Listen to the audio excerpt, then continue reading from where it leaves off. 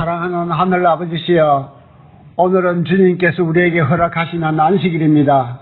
무섭고 악한 전염병이 만연한 이 시대에서도 저희를 안식일의 시간으로 인도해 주시는 주님의 은혜를 진심으로 감사드립니다.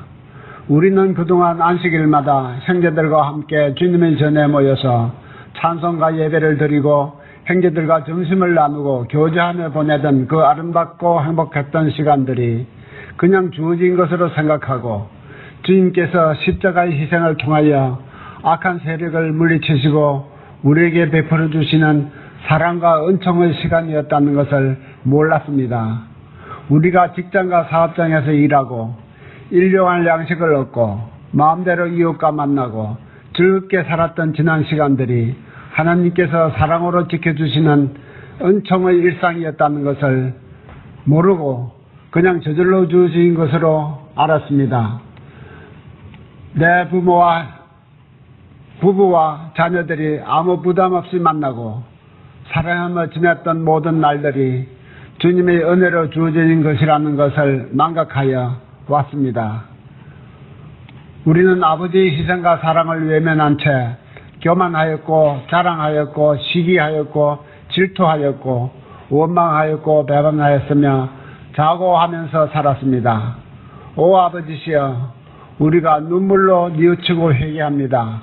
우리 죄를 용서하소서. 우리가 지금 누리고 있는 이 시간마저도 얼마나 소중한 은혜인가를 깊이 깨닫습니다. 우리를 거듭나게 하여 주소서. 이 땅에 있는 모든 백성들 위에 덮인 코로나19의 전염병을 제거하여 주셔서 더 이상의 희생을 막아주소서. 이 땅에 있는 재림교인들의 신실한 믿음이 세계인들을 구원하시는 주님의 섭리에 쓰임받게 하여 주소서.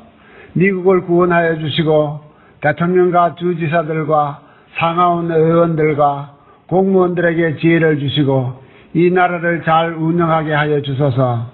코로나19와 싸우는 의료진과 보건 관계자들에게 힘을 주시고 격려와 위로 주소서. 불행한 형편에서 희생된 고인들을 기억하여 주시고 유족들을 위로하여 주소서.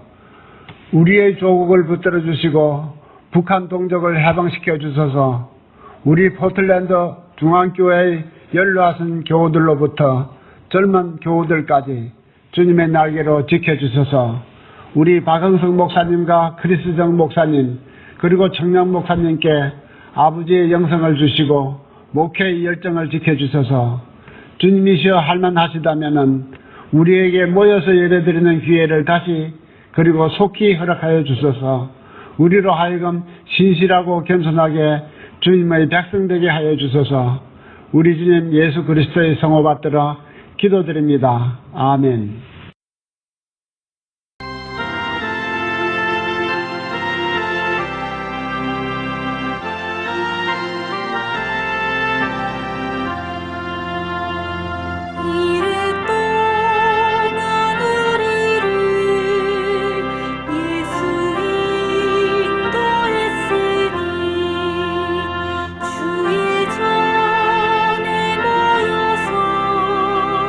주실 복도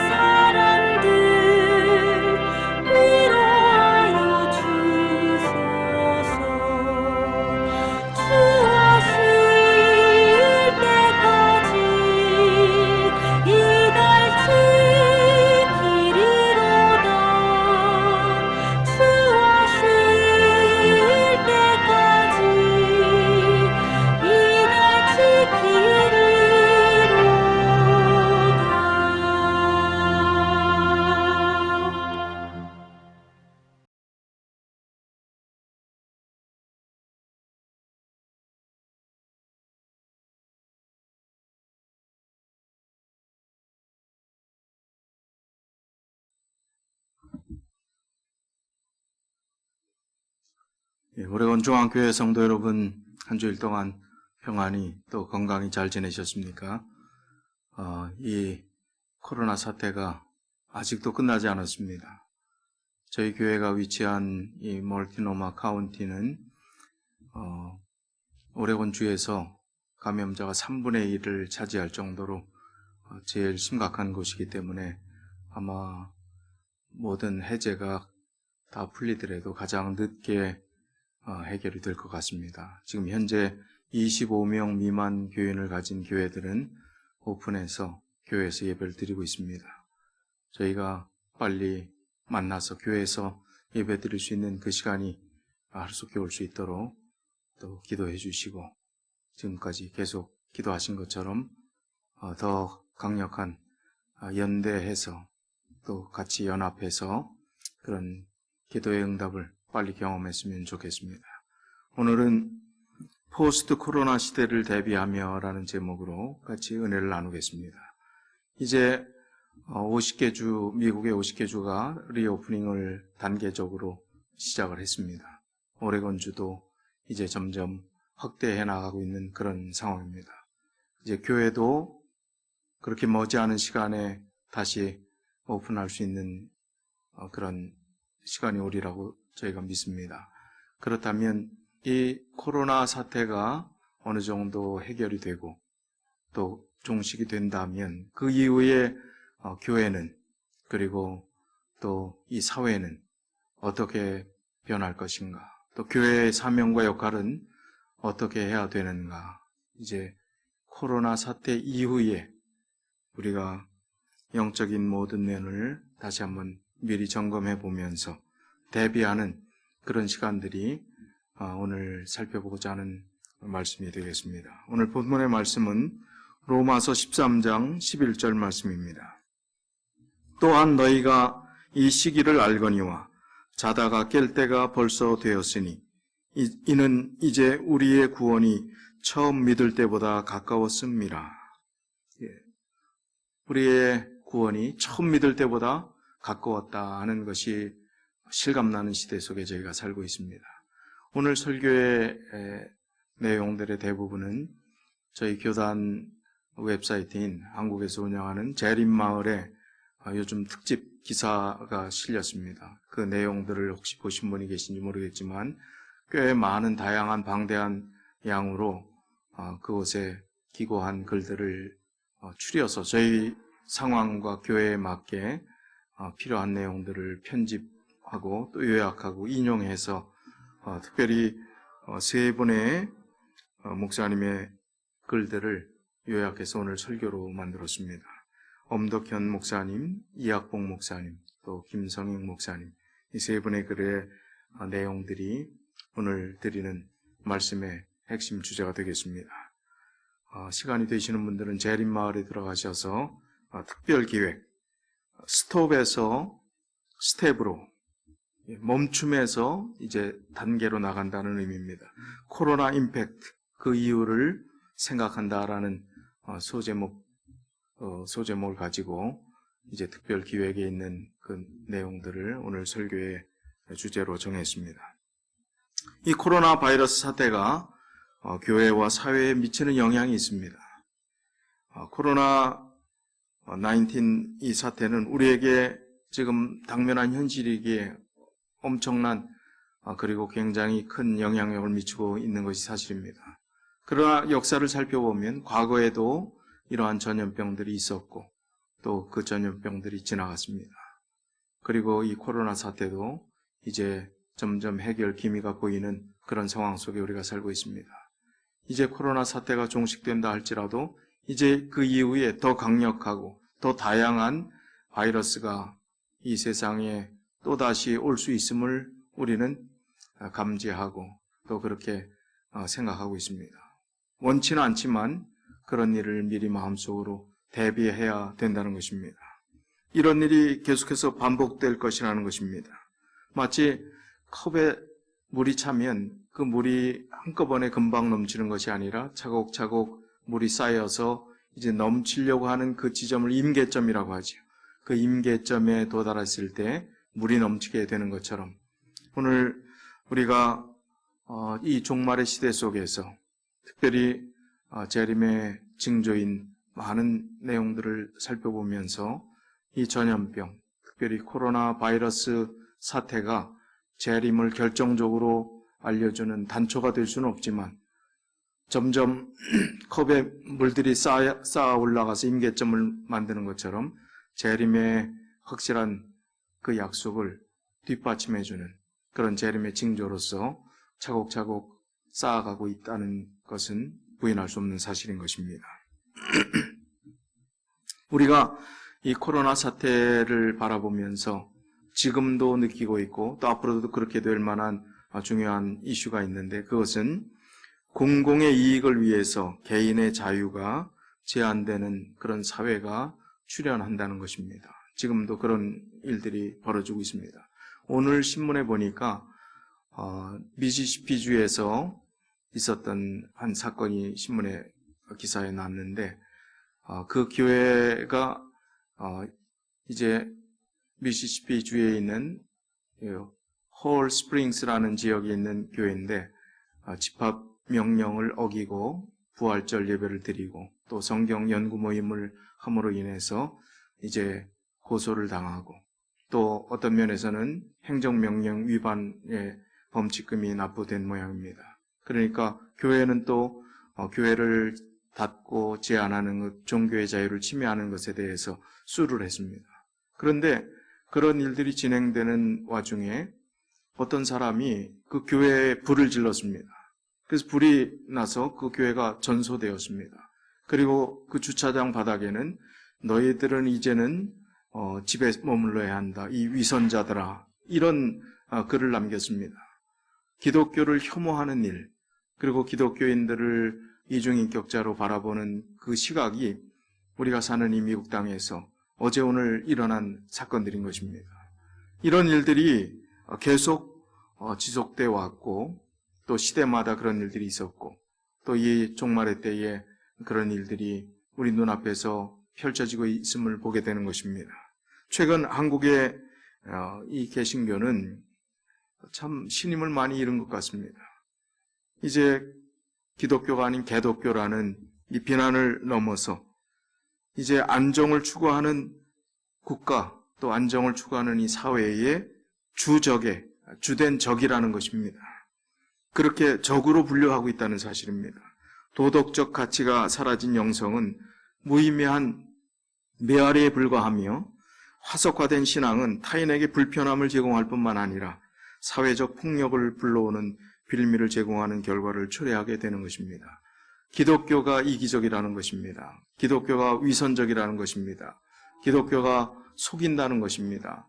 그로 인해서 기독교가 전염병을 전파하는 그 일에 있어서 특별히 특별한 어떤 특정 사이비 집단의 감염률을 보면서 그 집단을 공공의 적으로 인정하고 그렇게 압박을 가하는 그 일들이 우리가 아니고 또 다른 어떤 특정 교단의 그런 어려움을 당하는 것을 우리가 그냥 가볍게 넘겨서는 될 일이 아니라는 것입니다. 기독교 전체가 그렇게 될 수 있음을 우리는 명심해야 된다는 것입니다.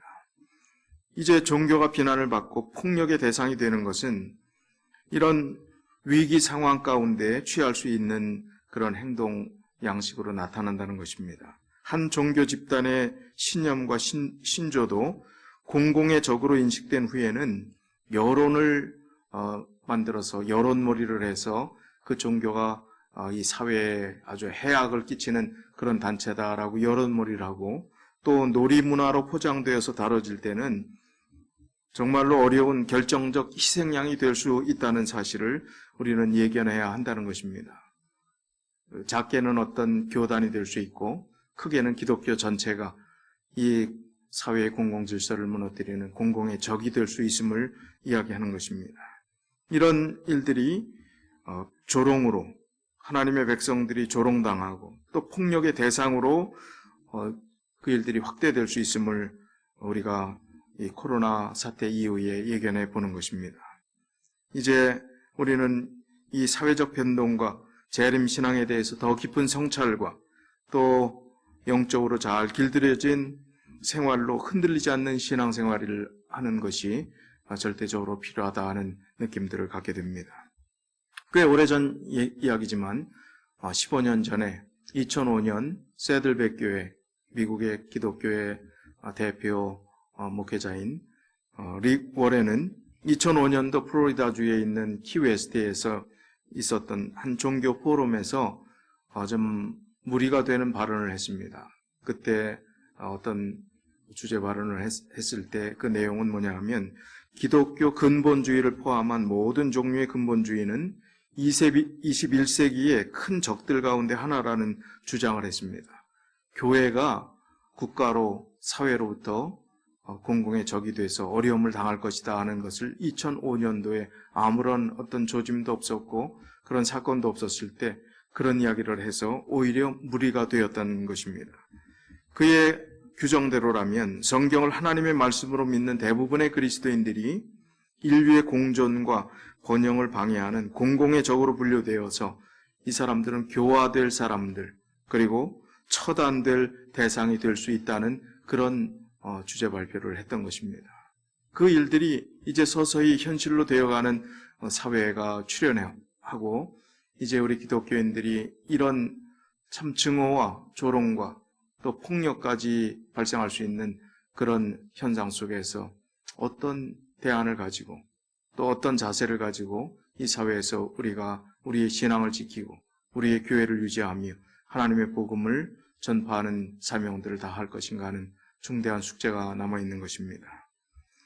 우리 성경에 있는 이 말씀도 그렇지만 특별히 각 시대의 대쟁투 583쪽에 있는 말씀을 보면 이 마지막 때에 그런 일들이 일어날 것을 기록을 해놨습니다. 각 시대의 대쟁투 583쪽에 그들은 바로 하나님의 백성들을 어렵게 만드는 사람들을 이야기하는 것입니다. 그들은 성경에서 흠을 찾아내고 가장 중요한 성경의 진리를 이론적으로 해석해버리는 것이 그들의 우수한 학식과 재능에 대한 증거인 것처럼 생각한다.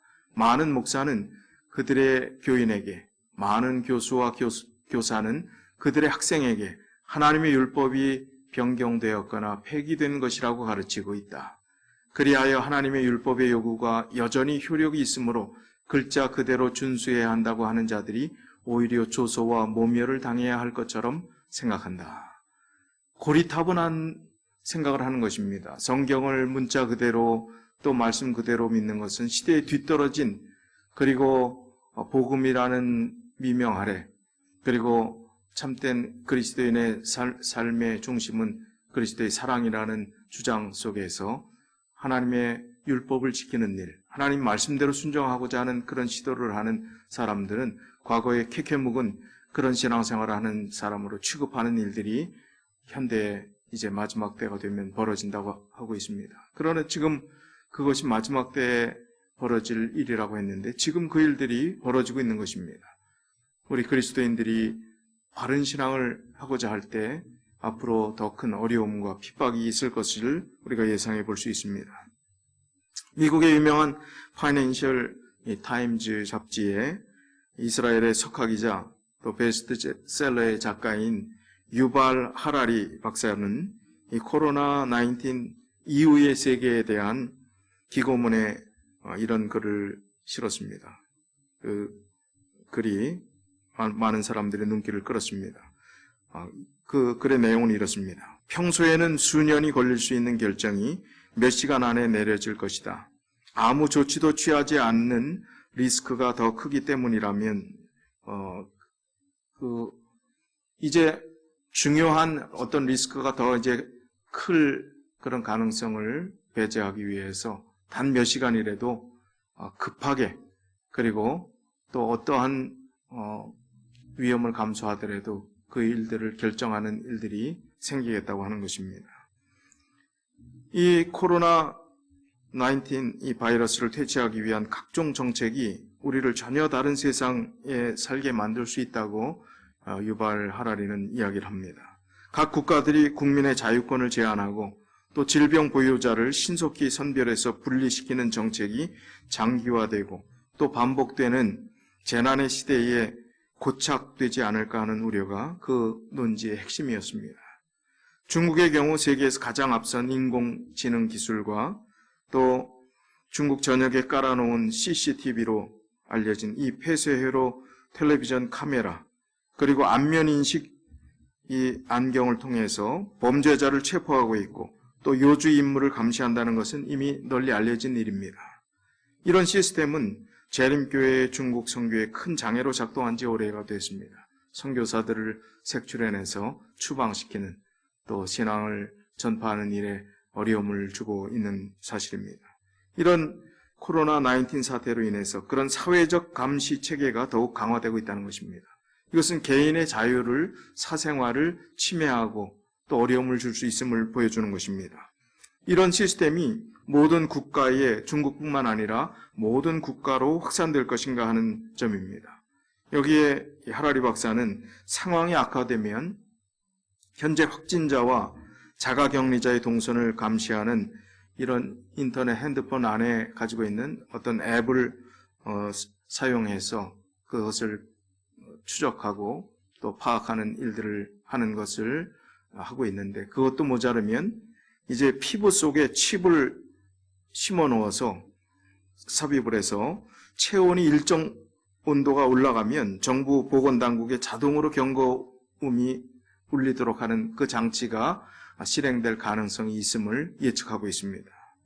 코로나19 사태로 인해서 공익을 위해서라는 미명 아래 그 이유로 대중의 큰 저항이 없이 지금 이 개인의 자유를 침해하고 이 격리시키고 어떤 면에서 전염을 방지하는 그 일을 우리가 할 수 없이 받아들이고 있지만, 이런 일이 일회적인 사건으로 끝나지 않고 일상이 될 가능성이 크다는 것입니다. 이미 많은 예방의학자들이 예측하듯이 이런 일이 장기적으로 또 반복적으로 일어날 가능성이 높아졌다는 것입니다. 이런 일들 속에서 우리는 예언의 관점에서 종교 자유를 제한하는 강제적인 법령의 출현을 상기하게 됩니다. 사실 이런 상황을 만들어낸 것은 코로나19 이 바이러스의 문제지만 이미 4차 산업혁명의 요소들이 뒷받침하고 있는 시대 속에서 우리가 모든 것이 적나라하게 노출된 시대 속에 살고 있다는 것입니다. 인공지능이라는 것, 사물 인터넷이라는 것, 빅데이터라는 것을 통해서 또 AI라는 어떤 그런 첨단 기능을 통해서 인간의 행동을 분석하고 예측을 사업에 도입하는 어떤 비즈니스의 활성화된 그 모습들이 우리의 삶을 이미 혁명적으로 바꾸기 시작한 시대 속에 살고 있습니다. 이미 인터넷 뉴스를 보다가 며칠 전에 검색한 상품과 유사한 제품의 광고가 내가 한번 그 전에 슬쩍 클릭해봤던 그런 상품이 며칠 뒤에 그냥 광고창으로 뜨는 것을 봅니다. 어떻게 정확하게 그렇게 뜨는지 그런 것을 다 이미 프로그래밍화 해놨다는 것입니다. 그 사람의 취향이 뭔지, 그 사람이 들어갔던 정보가 뭔지, 그러면 관심 있는 상품들을 그대로 보여주는 것. 벌써 그런 일들이 지금 계속 벌어지고 있습니다. 마치 누군가 나의 삶을 들여다보는 것 같은 느낌을 가지고 있다는 것입니다. 오래전 전혀 의식하지 못한 곳에서 우리는 과속, 스피드 티켓이 날아오는 경험들을 해보셨을 것입니다. 자가격리자를 앱을 통해서 동선을 감시하는 모습을 보면서 누군가 원하기만 한다면 언제든 우리의 삶을, 사생활을 들여다볼 수 있겠구나 하는 그런 생각을 하게 됩니다. 사실 일요일 휴업령에 대한 재림교회 관심사는 이 세속사회의 관점에서 볼 때 불가능한 것처럼 보였습니다. 과거 1980년대까지만 해도 미국이나 유럽에서 일요일 영업하는 곳을 찾기가 어려웠습니다. 미국의 경우처럼 지금은 사문화되었으나 19세기에도 일요일에 스포츠, 상업 등 특정 활동을 금지하는 이 청교도적인 법률, 블루로라는 그런 법이 시행된 영향이 있었습니다. 하지만 현재는 세속주의와 또 관광산업의 발전으로 인해서 전 세계적인 추세가 24시간 영업을 하고 그런 비즈니스를 하는 것이 확대되고 유럽조차 유명 관광지에서는 일요일에도 영업하는 곳이 점차 증가하고 있다는 것입니다. 미국도 보수적인 주에서는 일요일에 술 판매 정도, 그 정도만 제한하는 선에서 쇼핑몰을 개장하고 모든 일들을 정상적으로 비즈니스가 오픈하는 것은 이미 일상이 되어버렸습니다. 하지만 이번 전 세계적인 코로나19 사태를 바라보면서 원한다면 과거의 청교도적 법률과 같은 그런 블루로가 만들어질 가능성이 높다는 것을 우리는 간과할 수 없고 또 그럴 가능성이 얼마든지 있을 수 있음을 느끼게 되는 것입니다. 이 코로나19 사태는 이 같은 방향으로 전환하는 가능성과 속도를 매우 강화시키는 그런 모습을 오늘날 우리가 보고 있습니다. 성경에도 이미 이런 일이 일어났습니다. 다니엘서에 보면 다니엘을 시기하는 그런 사람들이 다니엘의 일거수일투족을 감시하는 일들이 있었습니다. 그 결과는 어땠습니까? 그들이 잡았던 꼬투리, 유일한 꼬투리는 그 허점은 하루 3번씩 그가 예루살렘을 향해서 기도한다는 것이었습니다. 기도하는 것이 어떻게 흠잡을 수 있는 일이겠습니까? 그러나 결국 그들은 종교법을 제정해서 이 바벨론의 신 외에 다른 신을 섬길 경우에는 이제 사자굴에 던진다는 그 법령을 만든 것입니다. 그런 일이 과거에 성경에 나왔듯이 일요일 휴업령도 마찬가지 과정을 거칠 수 있다는 것입니다. 우리는 이제 우리가 한 모든 한 일이 다 드러날 수 있는 그런 사회로 들어가고 있습니다. 그렇다고 두려워할 필요는 없습니다. 보이지 않는 하나님을 의식하고 사는 사람들이 바로 우리들이기 때문에 이런 시기의 도래를 앞두고 재림 신자의 삶은 다르다는 것을 증거할 수 있는 그런 기회가 되도록 우리가 이 당면한 문제들을 해결해 나가야 되겠습니다. 이 교회는 이제 코로나 사태 이후에 눈높이를 맞추고 이 세상과 소통하면서 그리고 이 세상의 필요를 채워줄 수 있는 그 교회로서의 기능을 다할 수 있을까? 교회는 눈높이를 시대 상황과 맞추고 있는가 하는 그러한 질문을 우리가 한번 생각해 볼 필요가 있습니다. 중앙재난안전대책본부, 한국의 코로나 사태를 총괄하는 그 본부에서 담당자가 브리핑하는 그 이야기가 아주 굉장히 심각한 이야기입니다. 어떤 이야기를 했는가 하면 코로나 바이러스 19, 이 바이러스가 종식되어도 우리는 결코 코로나 이전의 일상으로 돌아갈 수 없다. 이 말이 우리 귀에서 떠나지 않습니다. 우리가 전에 즐겼던 일상들로 다시 복귀할 수 없다는 것입니다. 완전히 모든 것이 종식되어도 우리는 조심해야 되고 믿지 못하는 시대가 되고 대면 접촉을 하는 사람들을 만나는 그 일을 기피하게 되고 그 일들이 어느 정도 회복을 할지는 모르겠지만 과거에 그런 일이 없었던 그 시대로 돌아가는 것은 거의 불가능하다 하는 이야기를 하는 것입니다. 이런 시대 속에서 이제는 사람들이 만나는 것이 참 중요한 것인데 성경의 정신은 사마리아 여인을 우물가에서 예수님께서 만났을 때 그가 예수 그리스도가 메시아라는 사실을 깨닫고 구원의 기쁨을 소개할 때 그가 외쳤던 그 기별은 와 보라였습니다. Come and see. 만나자는 것이었습니다. 대면하는 것이었습니다. 교회는 만나는 것이었고 대면해야 됐고 교제와 교통이 있어야 됐고 성도의 어떤 특별한 관계를 통해서 하나님께 영광 돌리는 것이 성경의 정신입니다. 그러나 이제 코로나 사태는 많은 것을 바꾸어 나왔습니다. 그리고 이제 교회 나가지 않고 인터넷으로 예배드리는 것에 대해서도 이것도 뭐 괜찮은 방법이라고 생각하고 또 그렇게 이제 신앙의 어떤 생활을 습관화할 사람들이 많이 늘어날 것을 우려하고 있는 현실입니다. 한국의 지금 인터넷 속도는 뭐 전 세계 1위라는 것을 우리가 이미 들어서 잘 알고 있습니다. 한국의 인터넷 보급률이 얼마나 되는가 하면 2019년 과학기술정보통신부에서 발표한 2019년 인터넷 이용 실태 조사에 따르면 가구당 인터넷 접속률은 99.7%입니다. 아니 시골도 있고 이 한국이 오지도 있을 텐데 어떻게 99.7%가 인터넷을 접속하느냐. 놀라운 사실입니다. 거의 다 모든 사람들이 인터넷 없이 살지 않는 그 시대 속에 살고 있다는 것입니다. 이민 온 한국 사람만 조금 더 뒤처져 있는 듯한 느낌이 있습니다. 한국은 99.7%, 아마 한국에 우리가 계속 관심이 있고 한국의 소식들을 접하는 우리 모두가 이 미국에 사는 우리들도 이미 인터넷에 익숙한, 또 연세와 상관없이 인터넷에 익숙한 그런 모습을 우리가 우리 자신을 통해서도 알아볼 수 있는 것입니다. 작년보다 0.2% 상승한 결과라고 했습니다. 이 인터넷을 통해서 여러 가지 인터넷 방법, 또 와이파이, 모바일 무선 방식을 통해서 접속을 하는데 국민 인터넷 이용률, 가구당 들어간 것은 99.7%고 이용률도 굉장히 높습니다. 91.8%가 이용한다는 것입니다. 평균 한 주일에 17시간, 17.4시간 접속하고, 또 소통을 위한 커뮤니케이션을 위해서 인터넷을 사용하는 사람들이 95.4%, 또 정보 수집에 사용하는 사람이 94%, 게임이나 영화나 여가 활동을 위해서 접속하는 목적을 가진 사람들이 94%라고 했습니다. 국민의 81.2%는 동영상 서비스를 이용한다고 했습니다. 매일 이용하는 사람도 73.7%라는 것입니다.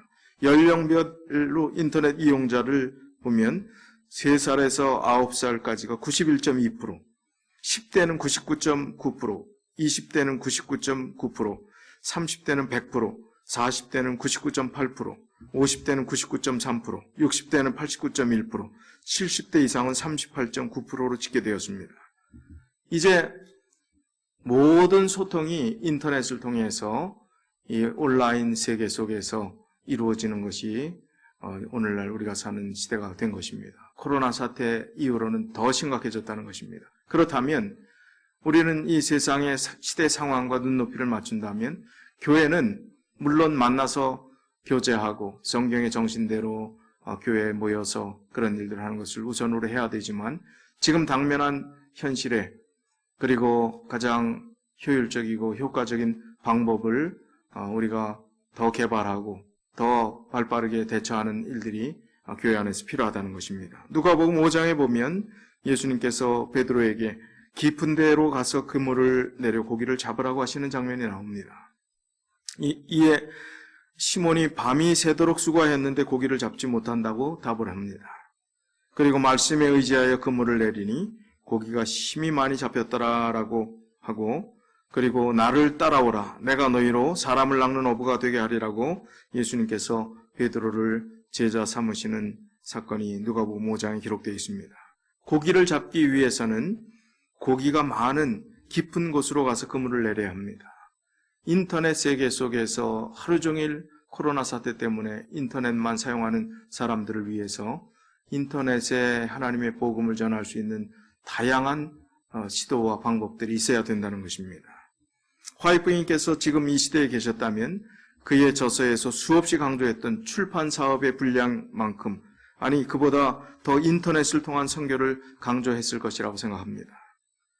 교회증언 9권 28페이지에 보면 화이트님께서 이렇게 이야기를 했습니다. 나는 지구상의 여러 도시와 마을에서 그리고 높은 곳에서 낮은 곳으로 빛이 번쩍이며 비치는 것을 보았다. 하나님의 말씀은 받아들여진 바 되었고 그 결과 도시와 마을 도처에 하나님의 교회가 세워졌다. 그분의 진리가 온 세상에 선포되었다. 하나님의 복음이 신속하게 여러 도시와 마을에 정말 높은 곳에서 낮은 곳에 빛이 번쩍이며 비치면서 하나님의 복음이 전달되는 그런 빠른 속도, 그리고 하나님의 교회가 세워져서 온 세상에 하나님의 복음이 전파되는 그런 미래의 비전을 보았음을 이렇게 설명하고 있는 것입니다. 그리고 시대소망 826쪽에 보면 방법에 대한 이야기를 합니다. 그분은 당신의 축복을 가장 매혹적인 말로 나타내신다. 바로 예수님의 모습을 표현한 것입니다. 그리스도께서는 이 축복을 선포하시는 것으로 만족하지 않고 그것을 가장 매력적인 방법으로 나타내시어 사람들로 그것을 가지고 싶어하는 욕망을 갖게 하신다. 예수님께서 2000여 년 전에 이 땅에 오셨을 때 사람들에게 가장 매혹적이고 이해할 수 있는 비유를 통해서, 그리고 일상의 삶의 모든 삶의 주변의 그런 교훈들을 통해서 하나님 나라를 설명하고 또 구원의 체계들을 말씀해 주셨던 것처럼 가장 매혹적인 방법은 오늘날 인터넷을 통해서 또 온라인을 통해서 하나님의 복음을 전파하는 그 일들을 우리가 해야 됨을 그렇게 이야기하고 있는 것입니다. 우리 교단 내에서 미디어 선교를 가장 잘하는 그런 나라와 단체는 바로 브라질입니다. 이 브라질의 우리 교단의 인터넷 방송인 호프 채널에 노보 템포라는 그 뜻은 뉴타임이라는 뜻입니다. 새 시간이란, 새 시대라는 뜻이 될 수 있습니다. 이 방송 사역이 지금 시작한 지가 어느 정도 되었는데 지금은 이 방송국의 직원만 500명이라고 합니다.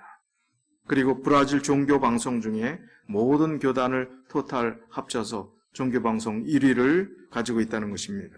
방송국 내 상담 인원만 40여 명이 있다는 것을 보면은 이 브라질 우리 교단에서 운영하고 있는 이 미디어 선교가 얼마나 지금 획기적으로 잘 되고 있는가 하는 것을 보여줄 수 있습니다. 지금 우리가 살고 있는 이 시대에 곳곳에서 어려운 일들이 생기지만 그러나 위기는 기회로 작용할 수 있음을 우리가 생각해 봐야 합니다. 호주 시드니에 있는 힐송 교회의 브라이언 휴스턴 목사는 이번 코로나 사태 동안 구글에서 인터넷 검색 사이트입니다. 거기에서 기도나 신앙에 관련된 용어를 검색하는 빈도가 크게 늘었다는 소식을 인용하면서 불안함의 시대에서 사람들은 종교의 필요를 느끼게 되고 또 교회는 불안함에 방황하는 사람들에게 빛이 될 수 있는 좋은 기회임을 강조했습니다. 진심으로 하나님을 찾는 사람들은 얼마가 될지는 모르지만 이런 기회를 예전에 경험해보지 못했다는 것입니다. 2001년 September 11일 911이라고 하는 그때에 있었던 동일한 현상이 지금 벌어지고 있는 것입니다. 런던의 트리니티 브롬턴 영국 성공회의 니키 목사는 이렇게 이야기를 합니다. 나는 살면서 사람들이 지금보다 복음에 열려있는 때를 본 적이 없다. 어떤 방해물도 없다. 축구나 다른 스포츠나 오락 없이 복음을 들을 시간이 사람들에게 있다. 교회에 절대 가지 않았을 사람에게도 교회가 그들의 집으로 찾아오고 있다. 신앙을 결코 탐구해 본 적이 없었던 사람들이 신앙을 알아보기 위해 온라인으로 몰려오고 있다. 지금은 가장 비상한 때다. 지금은 물러설 때가 아니라 하나님의 나라를 향해 진격해야 하는 순간이다라고 했다. 자, 지금 이 시대의 상황에 맞는 눈높이는 우리가 처한 현실에서 인터넷을 통해서 복음을 아주 공격적으로 또 진격하듯이 전쟁에서 돌격하듯이 복음을 전해야 될 그런 시대 속에 살고 있다는 것입니다. 이 코로나 상황이 이제 끝나면 우리 재림 성도들은 어떤 삶으로 어떻게 살아야 될 것인가 하는 것을 우리 김성익 전 삼육대학 총장이신 김성익 교수께서 5가지로 요약을 했습니다. 그 내용을 인용하겠습니다. 첫 번째는 이제는 두려움으로 신앙생활을 하지 말아야 한다는 것입니다. 미국에서 911 때 가장 참 두렵고 우리가 지금 생존하는 세대 속에서 가장 큰 사건이 있었습니다.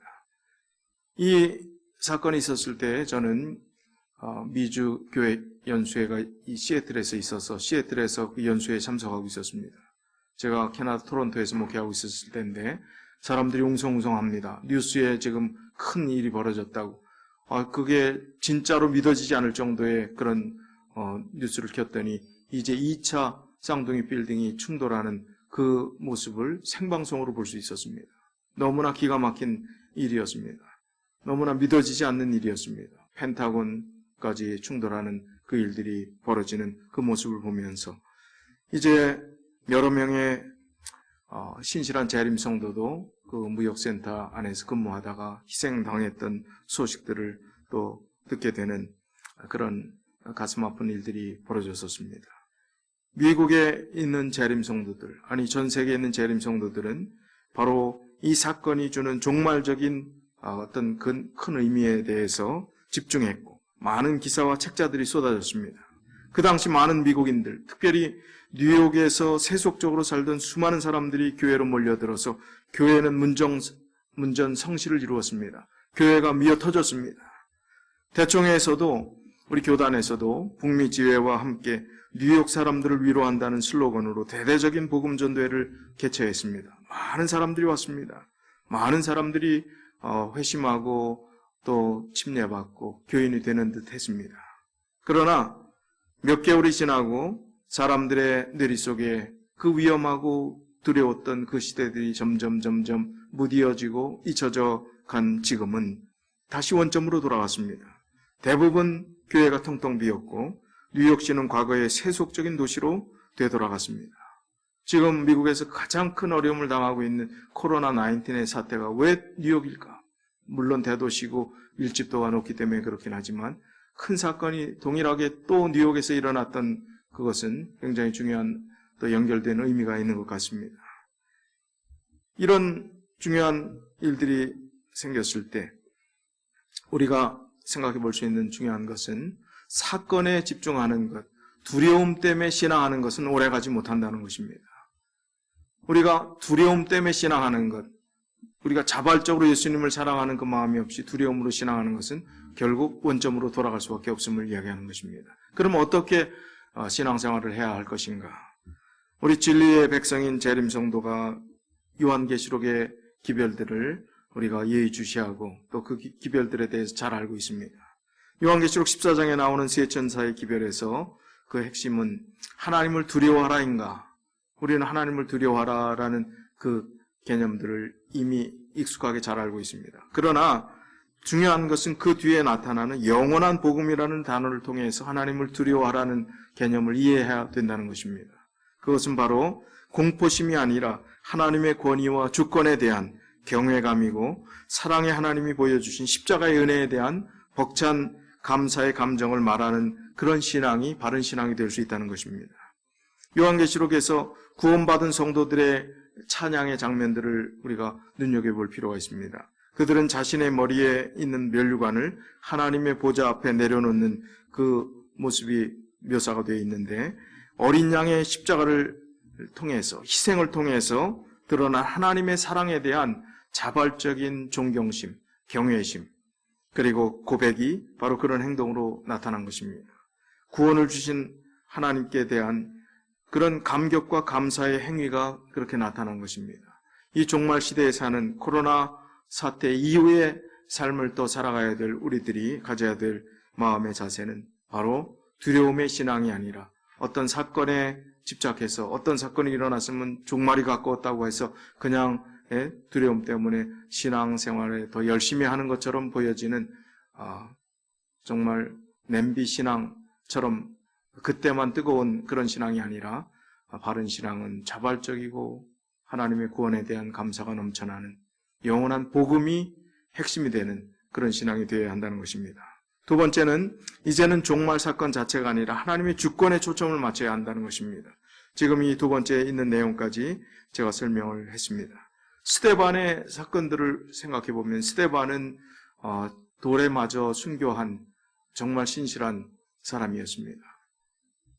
스데반이 만약 자기에게 날아오는 돌에 집중했다라면 하나님의 나라를 하나님의 보좌를 하늘의 예수님을 바라볼 수가 없었을 것입니다. 죽음의 공포 때문에 그 죽음의 공포에 사로잡혀 있을 수밖에 없었을 것입니다. 그러나 죽음의 공포를 넘어서고 두려움이 아닌 그를 죽이려는 자들까지 불쌍히 여겨달라 용서해달라 하는 감동적인 기도를 할 수 있었던 것은 두려움이 아니라 또 날아오는 돌이 아니라 하나님 나라에 초점이 맞춰져 있었기 때문에 그가 그런 고백을 할 수 있었던 것입니다. 그 감동적인 그 스데반의 순교 장면을 마음에 깊이 감동으로 담았던 바로 사울이 후에 사도 바울이 되었던 것을 우리는 잘 알고 있습니다. 예언의 이 확실성에 대한 믿음은 현재 상황이 아무리 암담해도 우리가 처한 상황이 깜깜한 상황이 아니라 그 상황을 지배하는 하나님을 주목하게 해주는 것입니다. 이 예언의 확실함은 베드로서 1장 19절에 있는 말씀처럼 어두운 데를 비추는 등불과 같은 역할을 하는 것입니다. 이미 성취된 예언을 통해서 계속해서 하나님의 약속은 반드시 성취될 것이라는 그런 확신들을 우리에게 주는 것입니다.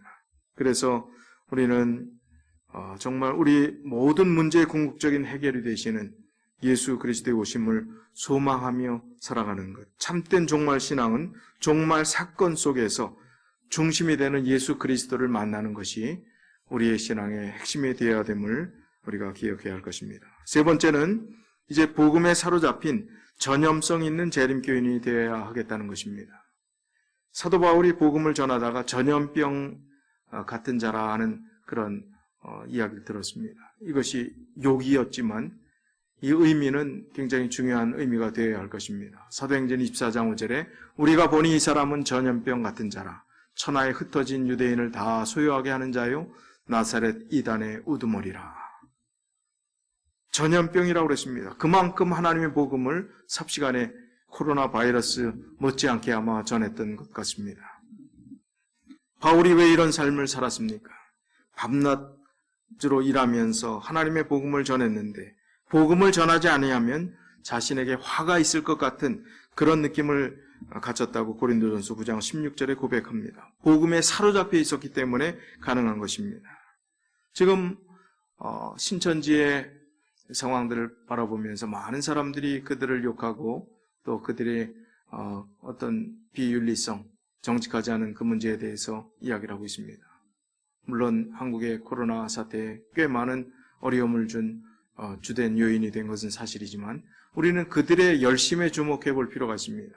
그런 말도 안 되는 교주를 또 그들의 신앙을 어떻게 그렇게 정말 철저하게 믿고 그렇게 열심히 신앙생활을 하면서 정말 생명을 걸고 자원하는 마음으로 신앙생활을 할 수 있을까 하는 거기에 굉장히 큰 열정을 보면서 많은 생각을 하게 됩니다. 시대의 징조를 읽는 백성인 우리는 종말 시대의 징조를 볼 때마다 그 이상으로 종말의 사건이 아니라 우리가 이 시대에 해야 할 사명에 집중해야 하는 것입니다. 우리 대청회장인 테드 윌슨 목사님이 말씀하시기를 한 지역에 인터넷 성경 연구회를 개최했는데 동시에 4만 명이 접속했다라는 보고를 그렇게 하셨습니다. 하루 종일 집에만 있는 사람들에게 소셜 네트워킹으로 접근해서 재림 기별을 전하는 그 일들을 우리가 하자고 호소하는 그 말씀을 우리가 들었습니다. 이제 재림 신자가 된다는 것은 재림의 징조를 볼 때마다 전개되는 종말 사건을 넘어서서 재림 성도에게 부여된 시대적 사명인 선교에 집중하는 사람이 되는 것이 바로 우리가 해야 될 사명인 것입니다. 교리적 정체성에만 만족하는 재림교회는 외식하는 자입니다. 바로 종말 시대의 바리새인이라고 이야기할 수 있습니다. 우리의 모든 교리는 선교적이어야만 합니다. 누가복음 12장 56절에 있는 말씀을 보면 외식하는 자여 너희가 천지의 기상은 분간할 줄 알면서 어찌 이 시대는 분간하지 못하느냐. 이 시대의 종말의 어떤 사건들에 쫓아다니면서 그냥 흥분하는 그런 신앙이 아니라 이 시대를 분간하지 못하는 사람은 외식하는 자라고 그랬습니다. 이중인격자라는 것입니다. 위선자라는 것입니다. 이 시대가 그렇게 가면서 바른 신앙을 하고 바른 사명을 갖지 못하고 우리가 이 시대의 마지막 복음을 전할 주자로서 재림 성도로서 역할을 하지 못한다는 것은 외식하는 자라 하는 것이 될 수 있다는 것입니다. 전염성이 있다는 것은 개인과 사회에 영향력을 미친다는 의미입니다. 영향력을 미친다는 것은 변화의 주역이 되어 사회를 선한 방향으로 이끌어 가야 된다는 의미이기도 합니다. 이 재림교회가 이 사회에서 꼭 필요한 교회, 믿음을 주는 교회, 사람에게 선하게 사람을 교화시키는 그런 교회, 그런 사회적 평가를 통해서 좋은 교회라는 입소문이 나야 되는 것입니다. 우리 오레곤 중앙교회도 이 오레곤 지역에, 포틀랜드 지역에 가장 큰 선한 영향력을 끼치고 이 교회에 한번 가봤으면 좋겠다는 그런 소문이 나는 교회가 되어야 하겠다는 것입니다. 네 번째는 이제 재림교회 사명에 초점을 맞추는 지역교회를 세워야 한다는 것입니다. 하나님이 기뻐하시는 참된 교회를 세우기 위해서 지도자의 역할도 참 중요합니다. 시세를 아는 것이 중요합니다. 우리 장로님들, 교회 세움을 받은 재직들 모두가 이 시세를 분간하는 시대의 흐름을 깨닫고 이 종말의 시대 속에 어떻게 이 교회를 섬기고 이 교회를 받들고 이 교회를 위해서 헌신해야 될까 하는 가장 중요한 마음가짐이 필요하다는 것입니다.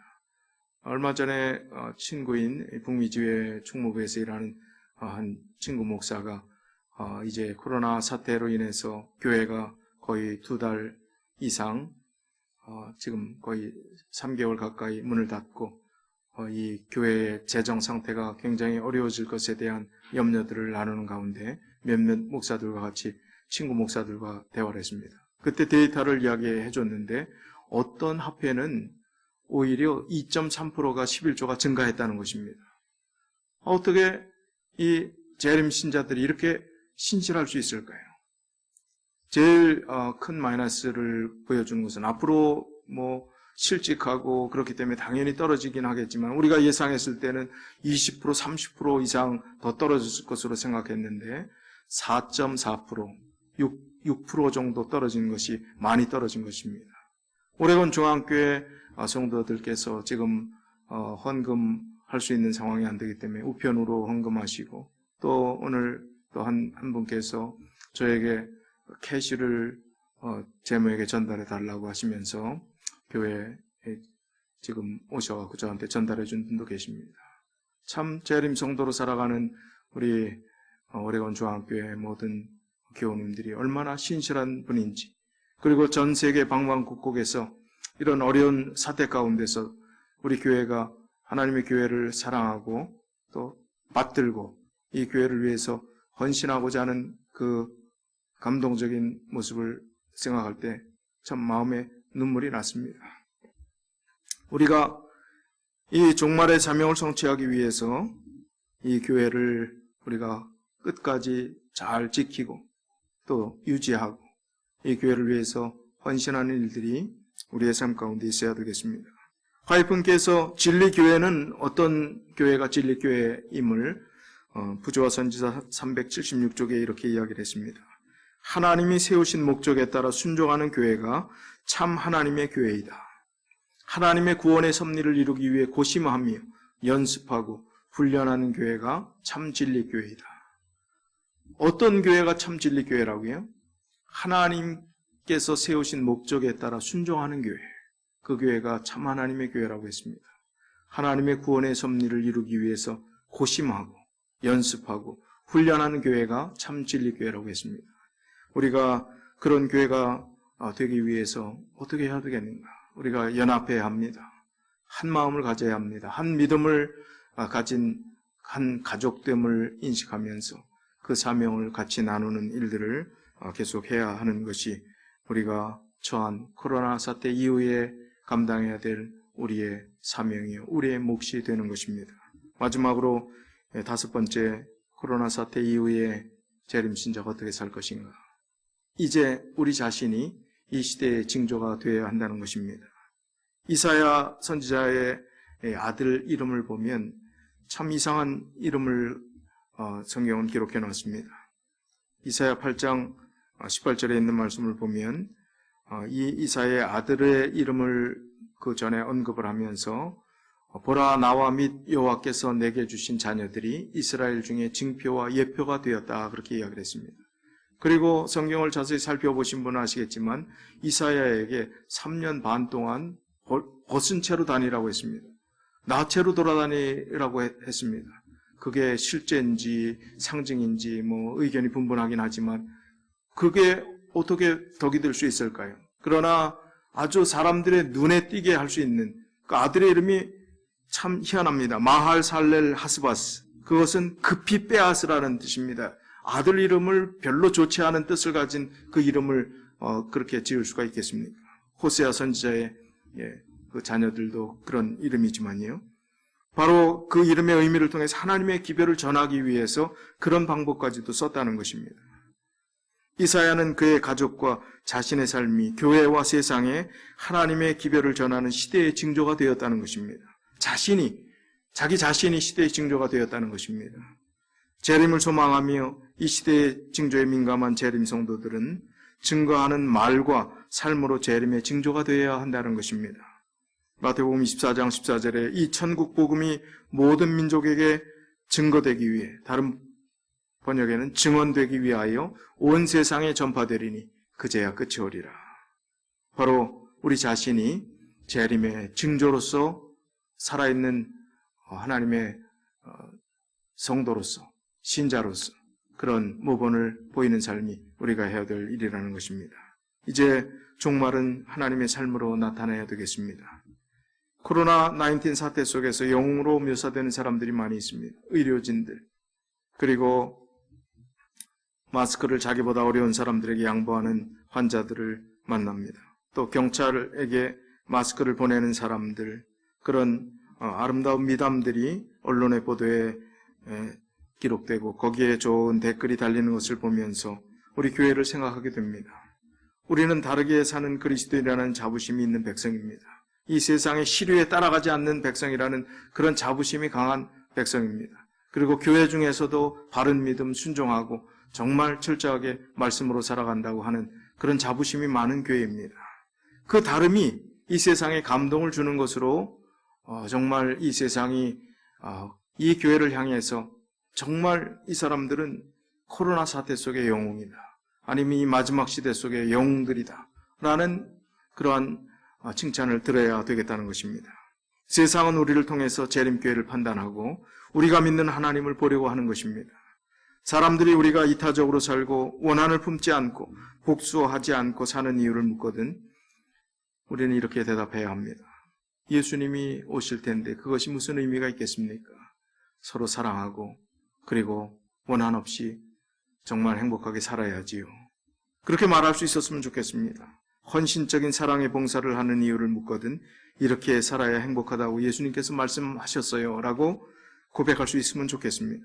종말이 온다고 믿으면서도 왜 교회의 성장과 선교를 위해 중장기 계획을 세우냐고 묻거든 내일 종말이 와도 오늘 사과나무 하나를 심는 심정으로 삽니다 라고 대답할 수 있었으면 좋겠다는 것입니다.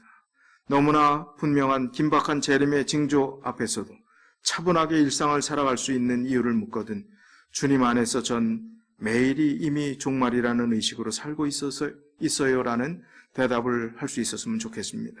상업적인 거래나 세속적인 직장에서도 제가 약속한 것은 반드시 지킬 것 믿으셔도 좋습니다. 저는 재림교인입니다. 전 제 삶이 반드시 하나님 앞에 심판받는다고 믿습니다. 사람과의 약속을 하나님과 약속한 것으로 생각하고 반드시 지킵니다 라고 말하는 재림교인들이 더 많아졌으면 좋겠습니다. 우리 재림 성도는 야고보서 2장 12절에 있는 말씀처럼 자유의 율법대로 심판받을 자처럼 말도 하고 행동도 해야 된다는 것입니다. 누가 지켜보기 때문에, 감시하기 때문에, 또 어떤 직분을 맡았기 때문에가 아니라 정말 자유의 율법대로 자발적인 마음으로 하나님의 법이 너무나 귀중한 것이기 때문에 우리는 그렇게 살아야 한다는 것입니다. 골로새서 3장 23절 24절에 있는 말씀처럼 무슨 일을 하든지 마음을 다하여 주께 하듯 하고 사람에게 하듯 하지 말아야 한다는 것입니다.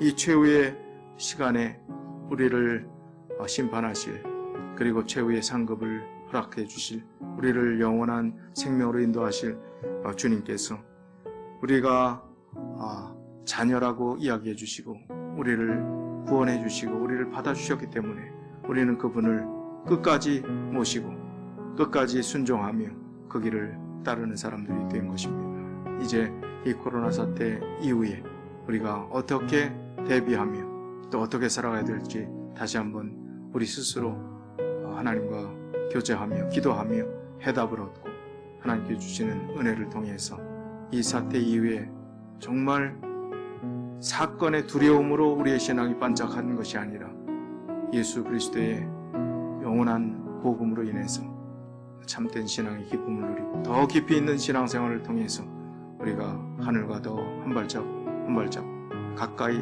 다가서는 참된 믿음의 삶이 우리의 삶이 되시기를 간절히 바라면서 말씀을 드리겠습니다. 기도하겠습니다.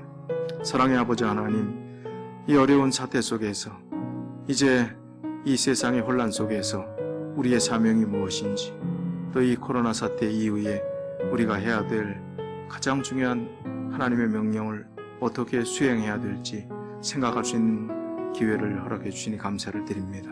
주님, 우리가 부족합니다.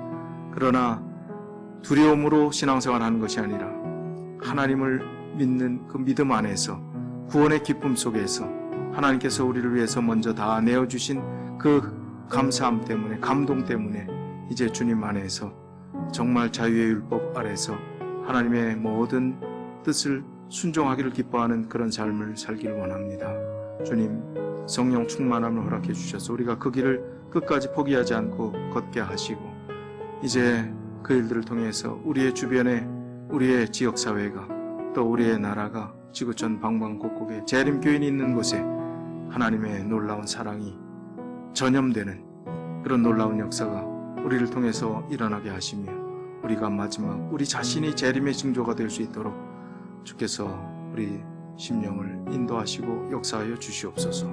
주님, 이 사태가 빨리 끝나 우리가 그동안 어려웠던 많은 것들을 하나님께서 만회시켜 주시고 오히려 더 큰 은혜와 축복으로 채워주심을 경험케 하시고, 이 모든 것이 우리가 더 큰 믿음으로 나아가는 더 큰 축복이었음을, 전화위복의 은혜였음을 깨달을 수 있는 날이 속히 올 수 있도록 축복해 주시옵소서.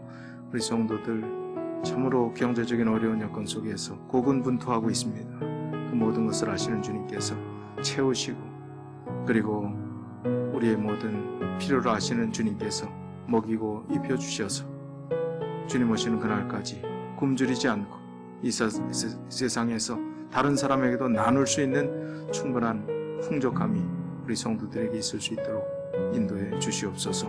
저희들 또 이 험난한 세상에서, 위험한 세상에서 또 한 주일 살아가겠습니다. 우리가 하나님 의지하고 하나님의 참된 백성으로 승리하는 한 주일의 삶이 되도록 축복하여 주시옵기를 예수 그리스도 이름으로 간절히 기도드리옵나이다. 아멘. 예, 성도 여러분, 한 주일 동안 믿음 안에서 어려움을 잘 극복하시고 조금 더 인내하시고 좋은 날이 오기를 숨고가 기다리며 같이 기도하는 우리 모든 성도들이 다 되시길 바라면서 우리가 다음 주에 또 뵙도록 하겠습니다. 감사합니다.